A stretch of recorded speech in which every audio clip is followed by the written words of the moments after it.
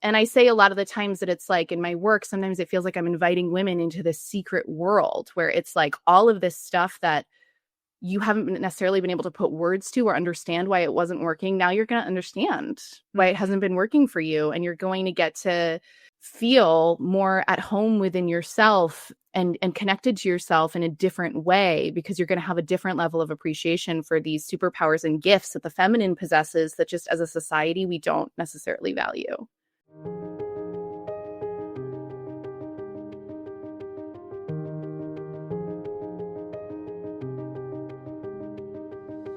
Hi there. Thanks for joining us. I'm Joanna Ehresman. And I'm Leah Alter. And this is WomenShare, a celebration of women in financial services. I'm so excited for today. So while all episodes are special, this one is certainly very personal to me. We are so excited to welcome Amy Young to the podcast. I met Amy in 2019, which seems like forever ago now. I actually, full circle moment, I heard Amy as a guest on a podcast in 2019. And I kid you not, within 20 seconds of listening to her speak, I knew that she was going to change my life. I literally ran to her website and signed up for whatever program it was that she was offering. I was just like, let me in. And her work has evolved a lot. And I've been really lucky enough to be along for the ride. And she really, truly has changed my life. So I'm so excited to have her here. Amy is a speaker, an intuitive, and a coach who helps women unravel old narratives, reclaim their power, and rise into the most unstoppable versions of themselves. Known for her fierce honesty and depth meets humor style, Amy draws from her connection with the divine feminine to guide transformational breakthroughs. She is a creator of Invincible, a rite-of-passage experience for women who are done playing small and ready to embody their full expression. Whether through her online content or signature programs, Amy is here to remind you the sun will rise again, and so will you.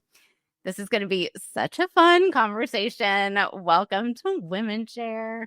Oh my gosh. Thank you so, so much. I mean, I just 1,000% adore you. And it's such a pleasure to get to connect with Joanna as well today and to just be here and explore, I think, what's going to be like an interesting merging of different sort of topics and worlds, or, seemingly sometimes I think there's this sense of like, oh, okay, like, financial services, that's over here. And like divine feminine stuff, that's over here. Like they're like on opposite ends of a spectrum. So when you asked me to come on and talk, I was like, duh, of course, because all of these things are always interconnected in ways that we can't always see and understand. So yeah, it's my pleasure to be here.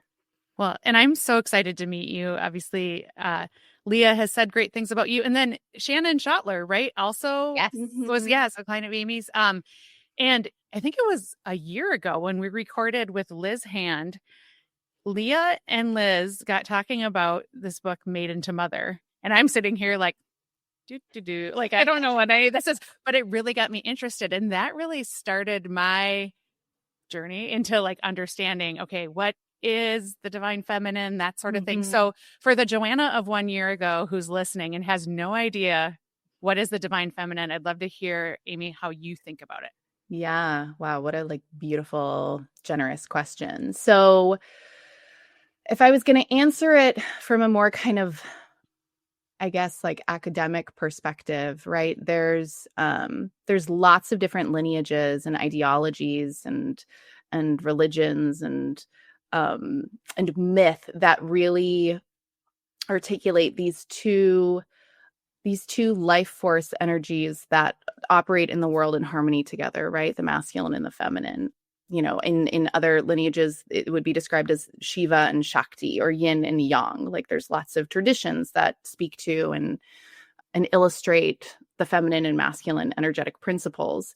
And they are complementary, but seemingly opposing energetic forces, because for each end of the spectrum, feminine or masculine, there is a counterpart. So, we would say some examples like on the masculine end of the spectrum, we have doing. On the feminine end of the spectrum, we have being. On the masculine end of the spectrum, we have thinking. On the feminine end of the spectrum, we have feeling. So what I really love about this framework, and when I was really undergoing my own feminine awakening and sort of spiritual initiation, was a lot of things that I hadn't necessarily been able to put words to in my life, but things I'd struggled with or that didn't make sense to me, or these places where I felt like, God, like life is just hard, or I'm wired in some way that's just different. Like I feel kind of like I'm a round peg that can't fit into this square hole that life is trying to shove me into, you know? And when I started understanding feminine energetic principles, I was like, oh, I have a feminine energetic system. Like I am a feminine essenced being, and therefore I'm wired differently than a masculine essenced being. And we live in a paradigm where collectively the masculine is really prioritized and overvalued, and there's a lot of mistrust and fear and suppression and demonization of the feminine, you know, like even just with the example I offered, if we're talking about if the feminine end of the spectrum is feeling, how many of us have had countless moments in our lives of feeling like a wave of emotion come up and being like, oh my God, I'm not going to cry right now. Am I? You know, whether it's in a professional setting or you're just in a conversation or you're out in public, like we really fear feelings in our society. Similarly, when it comes to just simply being, if that's a feminine energetic principle, it's like, oh, well, that's not enough. You need to be in action. You need to be doing something. You need to be producing. You need to be achieving, which are all masculine values. So there was something for me, and I don't know, you know, either of you can speak to this as well, that was really relieving when I started sort of getting friendly with feminine energetics and understanding myself as a dominant feminine being, because I was able to have kind of a map and a framework for seeing where I had been trying to apply my feminine system to a masculine model that was never really going to mesh and work well together. And I say a lot of the times that it's like in my work, sometimes it feels like I'm inviting women into this secret world where it's like all of this stuff that you haven't necessarily been able to put words to or understand why it wasn't working. Now you're going to understand why it hasn't been working for you. And you're going to get to feel more at home within yourself and connected to yourself in a different way, because you're going to have a different level of appreciation for these superpowers and gifts that the feminine possesses that just as a society, we don't necessarily value. Yeah. I mean, absolutely. I think too, in our particular industry, there was a study done about women in wealth management. And one of the things that came out of this was this idea of forced entrepreneurship, where women did not feel seen. They did not feel like they belonged. It was not aligned organizations. And so they went and created their own space so that they could create that sense of belonging, where they could bring in other people, other women, and have an organization that aligned with their values and all of those things, right? And I can't help but think we have a lot of listeners who have done just that, who have left larger financial institutions and started their own smaller boutique firms and things like that. That probably this is really resonating with them, of like, and not being able to put words to it, right? Like, I don't know why I didn't feel like I fit in, or they thought it was one thing, but once you create a space where you do belong and other people feel like they're seen and they belong. And it really is something that we have seen more and more of, the more conversations that we have on the podcast with people, of like, this just didn't work. So I had to go create something that did work. Yeah. Well, and that even speaks to, so one of the like foundational understandings of feminine energy is that the feminine is built and wired for creation. Like we are naturally creative beings, creational beings. And we can overlay that onto like, a biological female system or, these different things. But there are these desires and instincts and impulses that come from our feminine intelligence that say like, oh, something about this isn't working. I want to create something else that would work better, or I want to fulfill this desire for a sense of belonging or more connection or more, whatever is missing. That's a very innate feminine instinct. So that's really cool to hear that, right? Like, and this is why I think it's so beautiful to get to have these kinds of conversations, is because it's like, whether you're aware of this or not, like there's parts of understanding these energetics that are just kind of like running our lives in different ways that we don't even see. It's kind of like this invisible current that we're all just like flowing in and with, or flowing or like resisting the current as it might be. Yeah. Well, and that's one thing that I think has been really helpful in my experience, is realizing, gosh, how just what worn out I got from the grind and operating in that mode. It's like, it's not a thyroid condition. It's not a lack of protein, like all these different things that I'm like, I'm just not meant to work that way. I can be super productive in other ways, but like I need to have smaller productive chunks and then a break. And, so I've been just learning a lot about how to match my energy to, what I want to accomplish. And one clarifying point, every being has masculine and feminine energies. Correct? Yeah. I mean, I would say every living thing has masculine, feminine. I mean, even if you look at, I remember in 4th grade learning about like a flower, and it's like, these are the different parts of the flower. And like this part of the flower is responsible for this is something that's replicated all across nature. So it's not, and it's unfortunate in some ways that the language masculine, feminine is so like inherently gendered, because we have these associations that are built on other things that like, oh, being feminine is like wearing high heels. And it's like, that's not flowy dresses. And like, that's not what I'm talking about. But yes, it's like the principles themselves are not gendered. Every being, every living thing holds masculine, feminine energetics.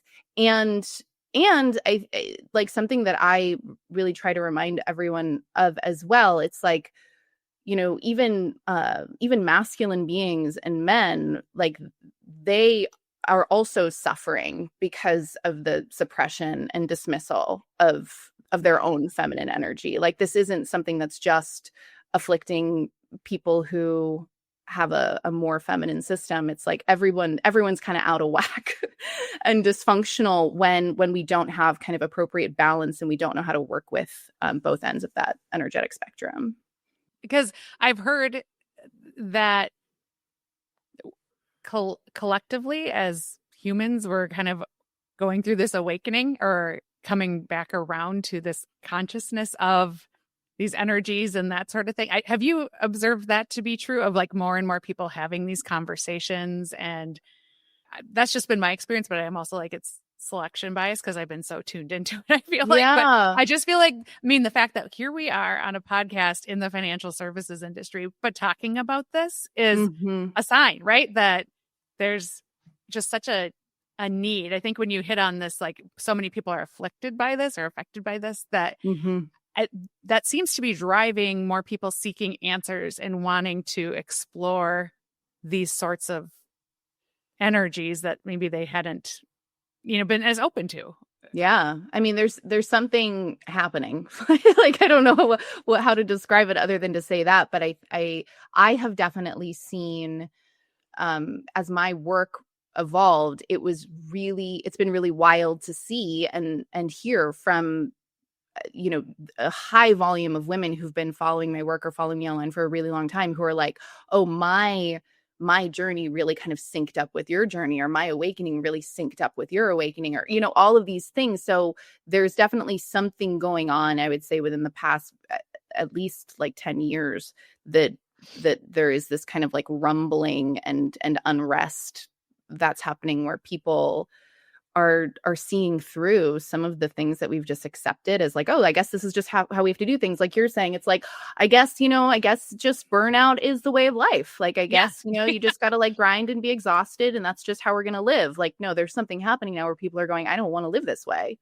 And I don't know exactly, where that's coming from or why that's happening. But I was joking with a friend the other day that I was just like, because I teach a lot about cyclical living as well, right? Which is an aspect of if our feminine nature is understanding that we move through cycles, and this is replicated throughout nature. It's replicated in female biology. It's replicated kind of in all these different ways. But it's natural actually to move through seasons of unrest and destruction. Like that's part of cyclical living, is being like, oh, I'm not just going to be this like stagnant being where it's just like I'm always going to get to just live in this like, this like linear, traditional, conventional way where I can kind of like set it and forget it. It's like, no, if you're an evolving person, then you're going to go through these moments of kind of looking around your life and being like, this doesn't work anymore. And that's not a problem. Like that's something that we get, that's natural, that should be happening. And we get to go, oh, okay, so something else is wanting to be created here. There's some new life that's wanting to be born out of this. And like, how do I kind of get behind that instead of going like, oh no, I'm dissatisfied. What's wrong with me? It's like, yes, it's like nothing's wrong with you.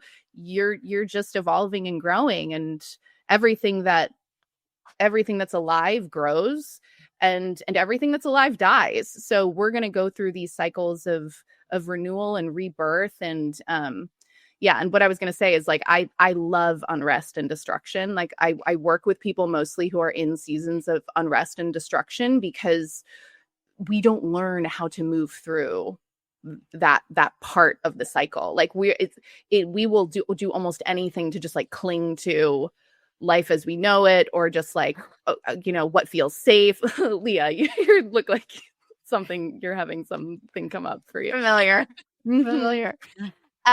Well, and I, as you're talking about it, I'm thinking, you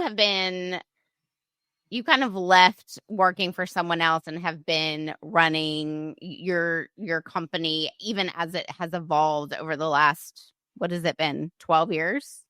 Yeah, about, or like 11. Yeah. 11 years. So how do you, as like a business owner, worked on that balance, right? Of like having to, pay your bills and do the checklist and, get all your emails replied to, which are, kind of like the doing part, mm-hmm. with letting the divine feminine lead your business and the decisions you make about your business. I think that is a really interesting topic. Yeah, well, I'll go back to when I was about 5 or 6 years into my business, and I hit a wall of burnout, and a bunch of stuff started happening in my life all at once that I now see and understand was like, oh, I was going through this like massive kind of awakening initiation process. But at the time I was just like, what is going on? Like this it was like everything that could go wrong was going wrong. Like I was having all these health issues. And there was something in that moment where like, I remember just, it was like, I was thinking about all of this stuff sort of erupting, and me becoming aware that the way that I had been doing things wasn't going to work anymore. Like I was just kind of naming, or like, Joanna's describing as well. And I realized that there was this part of me that had known that all along. Like there was this part of me that when I looked backwards was like, oh, I've known that I needed to slow down actually for a really, really long time. I've known that I wasn't really taking care of myself to the degree or level that I needed to be taking care of myself. There was this internal like voice or gut instinct or knowing that had been like saying these things to me, whether it was consciously or unconsciously, like being like, like you're taking on too much, or you're not getting adequate rest, or you need more downtime, or you need it was like when I realized that, a couple of things happened. And I think many of us have had moments like that. One, there was a part of me that was really frustrated because I was like, oh my God, I could have avoided like all this like burnout, rupture, unrest, destruction if I just slowed the heck down. But the other thing that happened was I was really relieved because I was like, oh, so there actually is a part of me that knows what I need. There's a part of me that can help me make decisions that are in alignment with my best interest. And even though I'm used to overriding that part of me or ignoring that part of me, I can, now that I'm aware of it, I can learn how to listen to that part. And I spent the next, I mean, I think it's a continuous journey, but I would say like the next 2 years for me were really about rewiring I talk about it as like your sort of like internal leadership system to be like, that part of me is the part that gets to lead now. And I'm going to make it a consistent practice of really tuning in and listening to that part of me that knew we needed to slow down, that part of me that knew that I was taking on too much, that part of me that is frustrated because I don't have enough boundaries. And I'm going to put that part of me in the driver's seat, or that part of me like in the CEO chair, you know, whatever kind of metaphor works. And I'm going to let her guide me. And it was a really cool experience because once I started tuning into that part, I was like, oh, she knows exactly what we need to do. Yeah. And what's important to her isn't necessarily what's important to the parts of me that think I need to get to inbox 0 every single day. Like, right. You know, that part of me is like, hey, it's Friday at 5:30, you know, it's time to close the laptop. Like, it doesn't matter if there's more emails that you could be responding to, like, whatever, deal with whatever discomfort comes from having quote unquote like unfinished work. There's other things that need attention in your life. So it was really this total like reorganization of priorities and putting myself first in a way that was really radical and uncomfortable, but again, also like relieving. And I would just add, like, there's, when I'm working with women on this, there can be so much fear that comes up with really listening to that part of ourselves because we're very aware of how much might have to change. Yeah. And yes. And that can be really daunting. And that's why I often will reference my own experiences with this because, like you just heard me say, it was a 2-year process. It wasn't like I spent the next 3 months being like, okay, I'm redesigning my whole business and I'm delegating all these things and I'm just going to get all my boundaries in order. Like, no, this was like a slow unwinding and noticing and rerouting that's continuously evolving. And what I got to see, and this is what I'll really encourage with my clients, is like, it totally makes sense that you might be afraid. It totally makes sense that it you know, we don't know exactly what might need to change. Let's give it some time and see actually what results get created from you tuning in this way. And I've never seen anybody's life get worse from listening to their knowing. I'm yet to see that happen, you know? Well, and you modeled that behavior. You know, I got to experience that. So I was in a very similar situation and knowing that I needed a big career move and change. And I knew what it was, but there was a lot of fear. There was a lot of, I had lists of why things couldn't happen then, and, you know, all of that. But you really did model that behavior. And for me, it was like, okay, I can do this also. It's not going to look the same, but it's also okay that it took me 3 years from the time I made the decision of like, I really need to make this change to where I actually made the full change. It was really, really slow.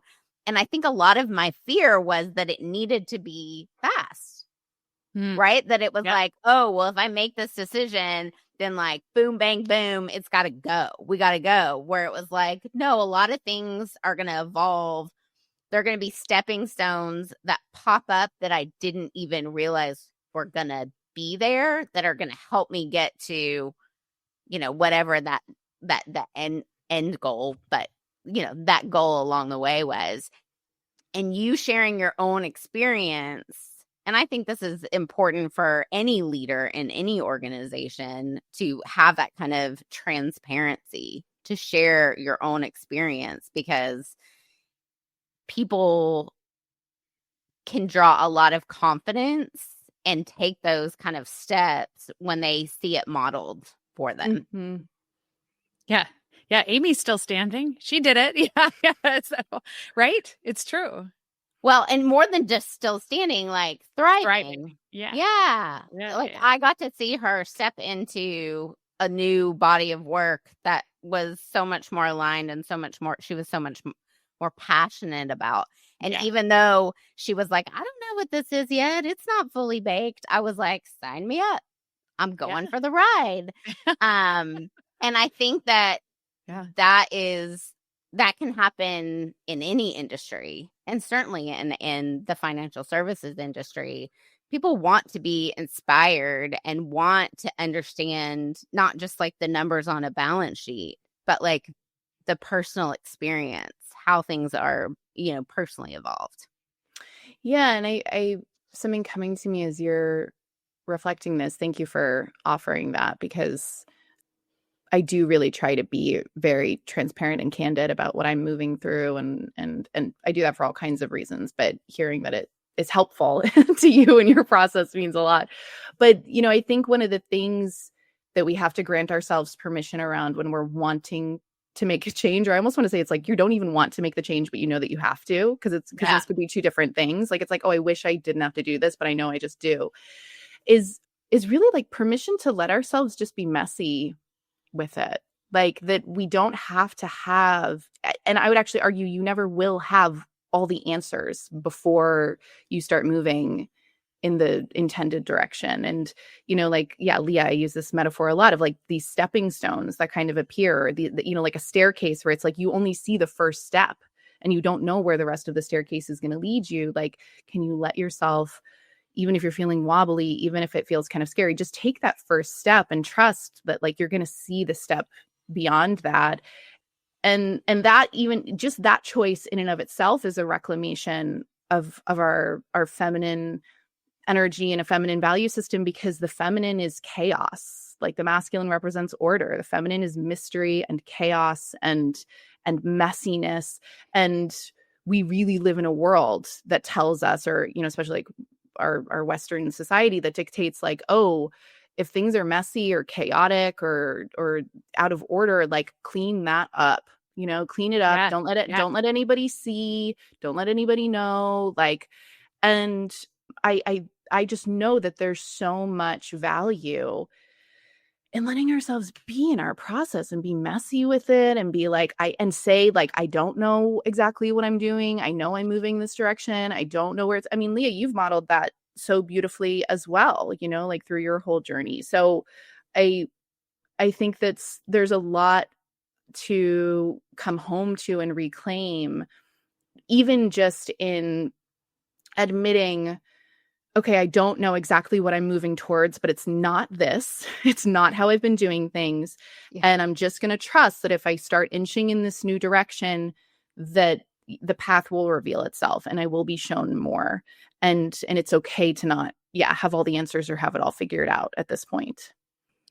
What is coming up for me when you were talking about that is financial advisors, and we have financial advisors, people on the corporate side who aren't in an advisory role, but they are compensated and trusted by their clients for being analytical, helping them with the long-term plan, all of those things. So I keep reflecting on, if a financial advisor is listening, how do they still have that presence with their clients, even if they're going through this sort of evolution or discernment that is messy? And, like maybe they want to, like the example we gave, leave the firm they're with and start their own thing, or they aren't sure where this is going to end up. I'd just be curious, Amy, to hear your perspective of someone in that situation. Yeah.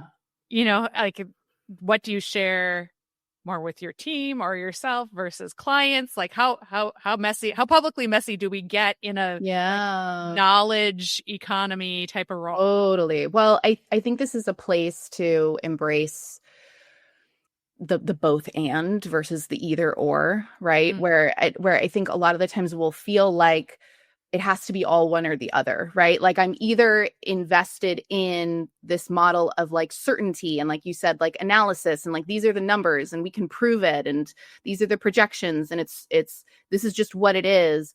Or we totally abandon that and it's like a total free for all and actually we don't know anything and I'm questioning everything that I'm doing and it's like no, it's like we kind of I think we actually become really skilled at kind of walking between these worlds and understanding the different value systems that we're operating inside of and being able to bring both to, you know, if we're talking about this, like what you're sort of outlining, being able to bring both of those value systems or like, yeah, the masculine and the feminine kind of and blend things together in a way that's not excluding or devaluing either aspect.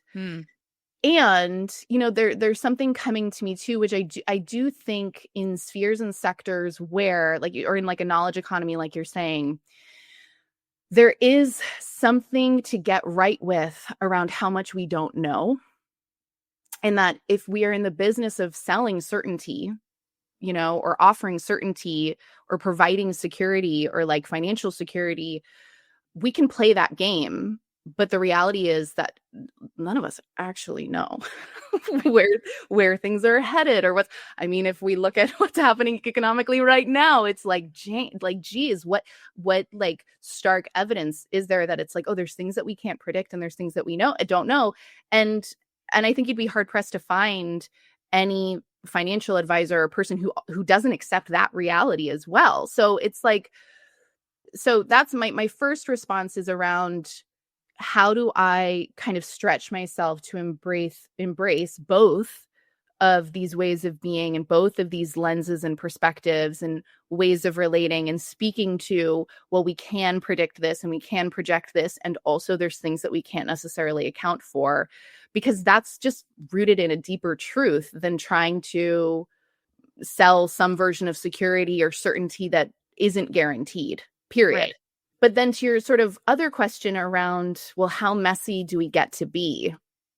I mean, I think this totally depends on the kind of game you want to play. And when I say the kind of game you want to play, it's like who did your soul come here to be? And that's a big, deep question, but I like asking those big, deep questions because they take us out of all these fear-based constructs that we have that's like, oh, if I tell the truth, if I show up messy, if I'm vulnerable, if I'm imperfect, then I will not be safe and I will not be okay. And all these bad things happen. Your soul doesn't really care about all of that stuff in the sense that, yes, is like human security and control, like, is that preferable? Duh. Is it a guarantee? Never. So your soul is here for your evolution. Like your soul is here for your growth and your learning. And if there's an edge where you can see like, oh man, like what if I did let myself show up a little bit more imperfectly? Like what if I did let myself like say the thing? Like what if I was a little more unfiltered? That's the kind of game that we start to play where it's like, oh, now you're getting in alignment with your soul mission. And that's really different than whatever egoic agenda your human personality self has to try and guarantee that you stay safe or uphold the personality version of yourself that you've always been. Your soul mission is always trying to kind of break you out of that and set you free from that because you don't have to live that way. But to our personality selves, that's like inconceivable. Like it's like, no. So scary. Yeah. So scary. Yeah. And it kind of should be. Do you know what I mean? And I think a lot of the times we're like, how do I make it less scary? And it's like, you kind of don't. Like, you know, like you, but ironically, maybe the way we make it less scary is we start to actually move in these different directions, and we start to live in these different ways, and we start to show up perhaps a little bit more authentically, or a little bit more imperfectly, or with a little more vulnerability, or a little more truth. And then we actually start to see and experience like, oh, this is okay. Like, even if there's pushback, I'm still okay. Even if other people, if I'm misunderstood, it's still okay.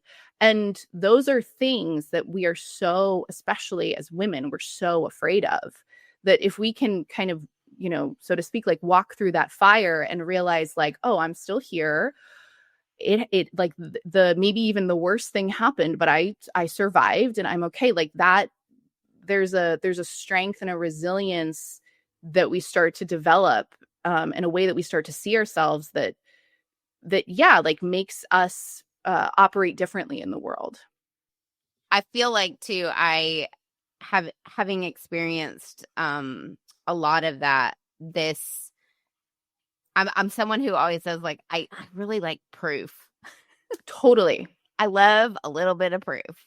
And when you trust yourself and you make the leap, or you take that first step or whatever, you get a little bit of feedback, right? You get a little bit of that proof, and that proof helps to build the courage for the next step or the next stepping stone. And that I've seen play out in my own life multiple times. And to your earlier point, like, it doesn't get worse. Life does not get worse. Yeah. I mean, things happen that aren't great, but like the groundedness in who I am and the life that I lead just becomes stronger. Those roots get longer and stronger. This might be a tough question to answer. Well, okay. What's the best career advice you've ever received? I'm like, you're probably so full of advice that you've given other people. And I'm like, no, but what's impacted you? Yeah, I love this question because it brought me back to a very specific moment before I was even coaching, before any of this divine feminine mumbo jumbo entered the picture. You know, like I remember in my very early 20s. So my background was I was an actor and I was a comedian, and I was living in New York City before I ended up stumbling into the coaching profession. And I remember I attended this seminar with these different casting directors and industry professionals. And there was this guy, I don't even remember who he was, but at the end of the you know, they were talking about like how to kind of present yourself to the industry, and how to kind of like maximize your efforts when it came to marketing yourself and auditioning and booking roles and all of these things. And there was this guy at the end who stopped and sort of just said, you know, I wanted to speak very bluntly to all of you as actors and let you know that this is a really hard profession. And he was like, and I know that you know that, and I know that you wouldn't be doing this if you weren't up for the hard parts. But he was like, make sure that no matter what you're doing and what you say yes to, or what career path, you know, you end up walking down, make sure that you have outlets and channels and things that are creatively fulfilling, that are just for you. And don't ever deprioritize your artistic fulfillment or your creative fulfillment. And that is something, I think, hearing that from this person on this panel that was very business focused, that was very much about like, okay, you want to make a living as an actor. How are you going to do that? Hearing this man say, actually, like, your creative fulfillment and your artistic fulfillment is in some cases going to be even more important than a paycheck. And like, don't lose that. That really informed a lot of decisions I ended up making, that led to me, you know, starting my YouTube channel now like 13 years ago, that resulted in me growing this online platform. Like, I remember specifically doing that because I was like, I need something that's just for me. And again, as women, we are so, God, like I think about the women that I work with, we're so generous and we're so giving and we're so willing to show up and do for the other and fulfill someone else's request of us and fulfill the role that we have been handed. And it takes a lot of practice to recognize that, okay, like that grants me some benefits, and there's ways that it has served me to show up that way, but also when do I get mine? Like these I think it's a really powerful moment when a woman realizes that it's like, oh, actually I get to be selfish with my life, and not in like a self-absorbed, self-centered way, but in this way where actually it's like, oh no, when I'm fulfilled, whether it's creatively or relationally or, holistically, just like when I experience fulfillment, everybody benefits, and that it's actually one of the most unselfish things that we can do to prioritize our own fulfillment, or to create some corner in our lives that is just for us. That's not about giving to other people, or that's not about fulfilling a role or fulfilling expectations. Like that's a through line that I can see through every aspect of my career path, that I was so grateful to receive that advice. And then I've seen it kind of replicate over and over again. That's awesome. So good. Great advice. All right. We are a celebration of women. It's our subtitle. So what can we celebrate with you today? So many things. I'm constantly just like blessed and amazed by, especially just because, we've been talking about, my work and all of these things. I have just so much new stuff happening right now. And I'm incredibly blessed that I have, whether it's someone like Leah or the other women who are in my online community who are just so down to just experiment with things and try new things and say yes to different stuff that I'm creating and offering. I just opened the doors on this. I'm calling it's a 12-month all access pass, where basically people can sign up to work with me. And it's sort of like a mystery box where it's like you sign up, there's a monthly fee, and you just get to be a part of every virtual offering, group event thing that I create for the next year. And like right away, all these women were like, yeah, I want in. And I was like, this is the coolest thing ever, because that, even in like saying yes to the mystery in that way, that is like yesing your feminine nature, is being like, oh, I don't even know what this is, but like, oh, I can feel the call or the pull. So I've just really been in awe as I've been opening the doors on some new stuff, that I get to do really, really cool work. Like, in a lot of the times, and thank you for giving me a place to like speak on it in some different ways, because like sometimes it does feel like I'm just operating this little secret world over here, but getting to share about it is so special too. So yeah. Well, that's fantastic. Thanks. Well, and I can imagine that probably just about everybody who listens to the show would love to know more about you. Like, where can they find you? What's the best way to get all the Amy Young that they are interested in getting? Yeah. So if you want to connect with me more, you can follow me on Instagram at Amy Young Co, Amy Young CO. And definitely shoot me a message and let me know that you listened to the podcast. I love connecting with people, and I'd love to hear just if anything resonated for you today. My website is amyyoungcoaching.com, and there's more information there about working with me. I'm in the midst of a big rebrand, redesign, overhaul. So that'll be going live probably, I don't remember when you said that this podcast would be published, but my website will either look really amazing and put together when you go visit it, or it's going to look like a hot piece of garbage. And if it's the hot piece of garbage version, just know there's good stuff coming. So don't be turned off. It'll be in June. The rebrand will probably happen. So yeah, no garbage. You truly like my website is like a problem, but yeah, that I would love to connect with anybody who heard something today that if it just spoke to you, let me know.